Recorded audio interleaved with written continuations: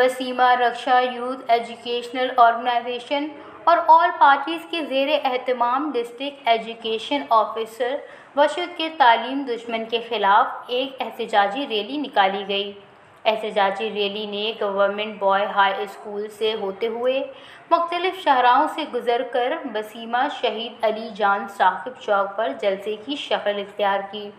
احتجاجی ریلی میں مظاہرین نے ہاتھوں میں پلے کارڈز اٹھا رکھے تھے جن پر مختلف نعرے درج تھے۔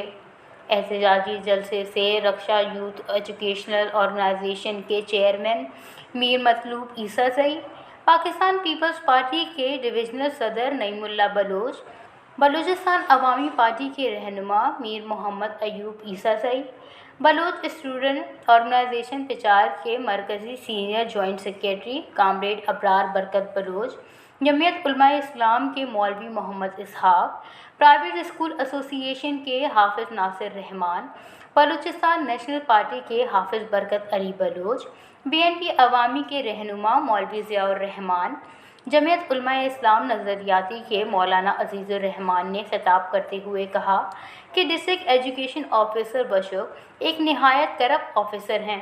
ڈسٹرکٹ بشک کے مختلف تحصیلوں کے اسکولوں میں پوسٹنگ کو مسنگ کر کے انہوں نے ثابت کیا کہ وہ نہایت نالائق افسر ہیں۔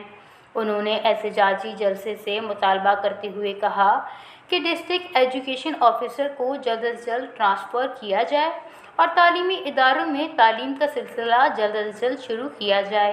12 دن سے کرپٹ ڈسٹرکٹ ایجوکیشن آفیسر کی غلط پالیسیوں کی وجہ سے ہماری تعلیمی ادارے بند پڑے ہیں۔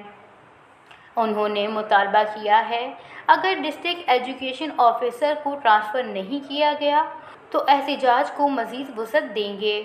وش نیوز، بسیما۔